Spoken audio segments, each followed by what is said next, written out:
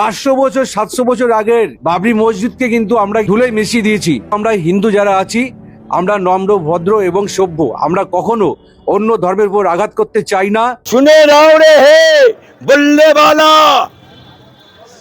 তোমরা সভ্য, তোমরা নম্র, তোমরা ভদ্র। হ্যাঁ তোমরা সভ্য, হ্যাঁ তোমরা নম্র, হ্যাঁ তোমরা ভদ্র। আমি বলছি কিন্তু হুমায়ুনের ডাকে 10 থেকে 15 লক্ষ মানুষ হয়েছিল, ফোর্স ছিল, হাইকোর্টের রায় নিয়ে গেছিলাম। একটা কোন মাইকে লাল বলতে পারে মুসলমানদের সবাই ওই হুমায়ুনের সবাই একটা গন্ডগোল হয়েছে, একটা ইট মেরেছে, একটা কেউ কত দোকান হোটেলের 6 লাখ খাবার পাচ্ছে না, তবু মানুষ কোনো গন্ডগোল করেনি। ইসি কা নাম ইসলাম, আর ইসি কা নাম ইসলাম। আর তোমাদের গীতা পড়ার সভাতে একজন প্যাকেজ বিক্রি করছে, সে কোন জাতের কোন ধর্ম না, কে এলিয়ে বাদাম কারা করে দিল, কে এলিয়ে বাদাম করে দিল।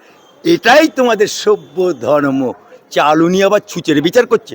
যে বলেছে, আমি পার্টিকুলার তাকেই বলছি, যে বলেছে আমি যে যার কথা বললেন, আমি সমগ্র সনাতনীদেরকে বলছি না, সমগ্র হিন্দুস্তানের হিন্দুদেরকে বলছেন, যিনি বলেছেন পার্টিকুলার তাকে বলছি, পার্টিকুলার।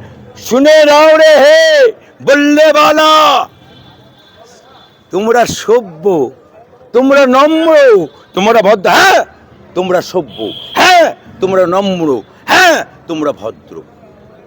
আমি বলছি কিন্তু তোমাদের ধর্মে আমি শ্রদ্ধা রেখে বলছি, নিজের ধর্মে আস্থা রেখে অপর ধর্মের প্রতি শ্রদ্ধাশীল হয়ে নবীর উম্মত হিসেবে বলছি, সনাতন ধর্মে সতীদাহ প্রথা ছিল। একটা ব্রাহ্মণ বিয়ে করবে, 80 বছর বয়স, তার বিয়ে হচ্ছে 46টা, 80 বছর বয়সেও সে বিয়ে করছে, তারপরে তার বউ মরে যাচ্ছে।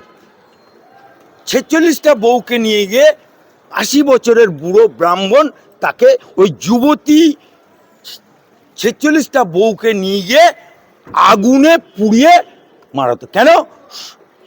পতির পুণ্যে সতীর পুণ্য, তাই জ্যান্ত অবস্থায় তাকে সতীদাহ প্রথা। এতই সভ্য, এতই নম্র, এতই ভদ্র যে স্বামী মরে গেলে জ্যান্ত অবস্থায় তাকে পুড়িয়ে মারত হতো। এটা নম্র ভদ্রের নমুনা। সেটাকে রাজা রামমোহন প্রতিবাদ করেছিল বলে তাকে সমাজ থেকে বঞ্চিত করা হয়েছিল, তাকে সমাজ থেকে বঞ্চিত করা হয়েছিল। সে সমাজ থেকে, হিন্দু সমাজ থেকে, সনাতন সমাজ থেকে বহিষ্কার হয়ে সে ব্রাহ্ম সমাজ গড়েছিল। এতই নম্র ভদ্র যিনি বলেছেন তাকে বলছি। আবার আজকে বাল্মীকি সে ছিল দস্যু রত্নাকর। তিনি, তার কাজ ছিল ডাকাতি করে লুটপাট করা। তা একদিন ওই রাস্তায় ও ডাকাতি করবে বলে দাঁড়িয়ে আছে, একদম খাঁড়া নিয়ে। সেই রাস্তা দিয়ে একটা সাত্ত্বিক ব্রাহ্মণ যাচ্ছে। ব্রাহ্মণকে দেখে বলে,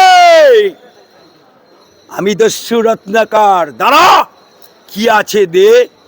বললো, বাবা আমার কাছে তো কিছু নেই। বলে, না, যা আছে তাই দে। বললো, ঠিক আছে বাবা, আমি তাই দেবো। তবে তুমি যে এই দস্যুগিরি করছো, এই ডাকাতগিরি করছো, কার জন্য? বলে, কেন? আমার বিবির জন্য, আমার বাল বাচ্চার জন্য। বলে, এই পাপ কাজ তুমি করছো তোমার বিবির জন্য, তোমার মায়ের জন্য, তোমার বাল বাচ্চার জন্য, তা তোমার এই পাপের ভাগ নেবে তো? কেন নেবে না? আমি তাদের জন্য দস্যুগিরি করছি, আমি দস্যু রত্নাকর। বলে, ঠিক আছে বাবা, খুব ভালো কথা বলেছো। তা বাবা, তুমি একবার তোমার বাড়িতে গিয়ে তাদেরকে জিজ্ঞেস করো। দস্যু খুব চালাক না? আমি যেতে যাই, বাড়ি যাই, আর তুমি পেলে যাও, ওটা হবে না। তখন সেই সাত্ত্বিক ব্রাহ্মণটা বলেছিল যে, আমাকে বাবা তুমি বেঁধে রাখো, ভালো করে তোমার যা দড়ি ফড়িয়ে আছে বেঁধে রাখো, ভালো করে রসায় গাছে বেঁধে রেখো, যাতে নড়তে পারে না, চড়তে পারে না। সে বাড়িতে গেল, দস্যু রত্নাকর বাড়িতে গেল। বাড়িতে গিয়ে তার বউকে জিজ্ঞেস করছে যে আমি যে ডাকাতি করি, আমি যে চুরি ছিনতাই করি, করে তোমাদের মুখে ভাত তুলে দিচ্ছি, এ পাপ করছি, এর পাপের ভাগ নেবে? বউ কি বলল, না, তুমি আমার স্বামী, তুমি চুরি করে আনছো কি ডাকাতি করেছো, তার পাপের ভাগ আমি নেবো না, তোমার কর্তব্য। মায়ের কাছে গেল, মা তুমি জন্মদাত্রী মা, বলো আমি দস্যুগিরি করি, আমি লুটপাট করি, এর পাপের ভাগ নেবে? বলে না,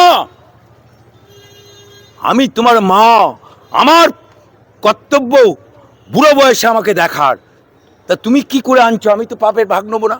বাপের কাছে গেল, বাপও একই কথা বলো, ছেলের কাছে বলো, ছেলেও বললো আমি তোমার মনা, আমাকে মানুষ করার দায়িত্ব তোমার, আমি কেন তোমার পাপের ভাগ নেব? অবশেষে দস্যু রত্নাকর কাঁদতে কাঁদতে সাধু বাবার কাছে এলো, সাধু বাবাকে বলল, সাধু বাবা আমাকে ক্ষমা করে দাও। বললো ক্ষমা হবে, ঈশ্বর তোমাকে ক্ষমা করবে, কত তুমি খুন করেছো, কত ডাকাতি করেছো, কত লম্পটগিরি করেছো, বলে আমাকে প্রায়শ্চিত্ত করার একটা তো রাস্তা বলো। বলো ঠিক আছে, তুই আজ থেকে রামের নাম কর। কিন্তু দস্যু রত্নাকর এত খুন করেছে যে ওর মুখ দিয়ে রাম বেরোচ্ছে না, রাম বেরোচ্ছে না, যতবার রাম বলতে দেয় ততবার বলে মরা, যতবার রাম বলছে মরা, এই মরা মরা করতে করতে করতে করতে দস্যু রত্নাকর বাল্মীকি হয়েছে। এটাই নম্র ভদ্র, নম্র ভদ্র। আজকে হুমায়ুনের ডাকে 10 থেকে 15 লক্ষ মানুষ হয়েছিল, ফোর্স ছিল, হাইকোর্টের রায় নিয়ে গেছিলাম। একটা কোন মাইকে লাল বলতে পারে মুসলমানদের সবাই, ওই হুমায়ুনের সবাই একটা গন্ডগোল হয়েছে, একটা ইট মেরেছে, একটা কেউ, কত দোকান, হোটেলের 6 লাখ খাবার পাচ্ছে না, তবু মানুষ কোনো গন্ডগোল করেনি। ইসি কা নাম ইসলাম, আর ইসি কা নাম ইসলাম।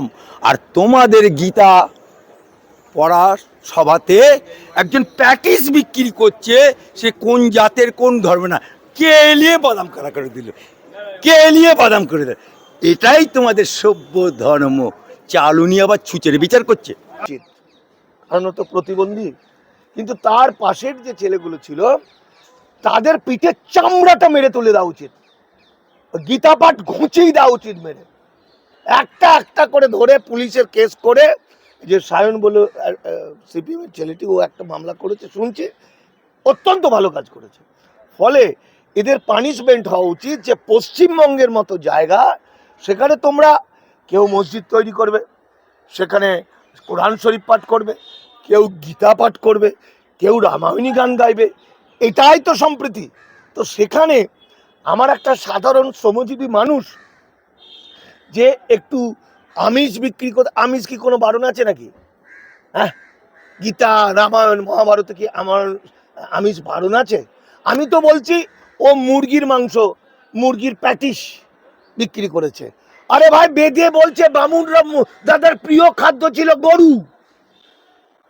ঋগ্বেদে বলছে, ঋগ্বেদে বলছে ওদের প্রধান ছিল ইন্দ্র, ইন্দ্রের জন্য 1 পুষ্করণী সমান মদ আর প্রচুর ষাঁড় রাখা হয়েছে, গুলো কাটা হবে, এরা খাবে, খেয়ে আমাদের যারা মূল নিবাসী তাদের কোতল করবে, মেয়েদের